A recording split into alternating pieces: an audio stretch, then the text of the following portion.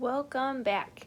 As promised, we are going to have our mini lesson about absolute values here. So this is 1.3 part B. This is going to be a pretty short video for us. Our objective is that students will be able to determine absolute value. This may be a review. That's okay if it is, and it's okay if it's not. We're going to go over it pretty quickly here together. So absolute value is just the distance from zero. Simply put, that's all it is. It is a distance. So it's the distance from zero. Our absolute value sign, the two lines like this, and something in the middle. That's our absolute value sign here. The two straight up lines.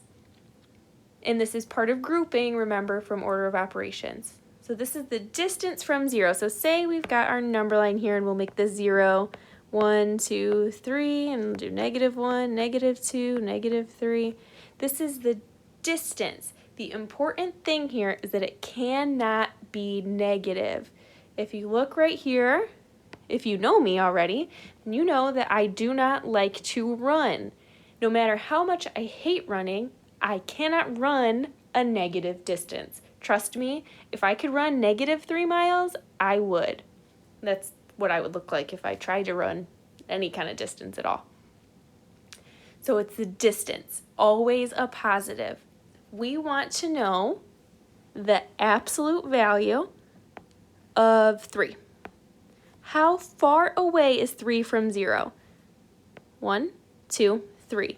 The absolute value of 3 is 3. Now conversely, if we want to know the absolute value of -3, how far is that from 0?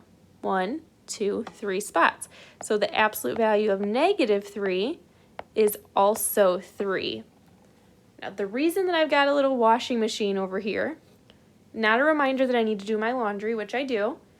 The reason I have it there is because I think of the absolute value sign as a washing machine that washes off any negative that happens to be there.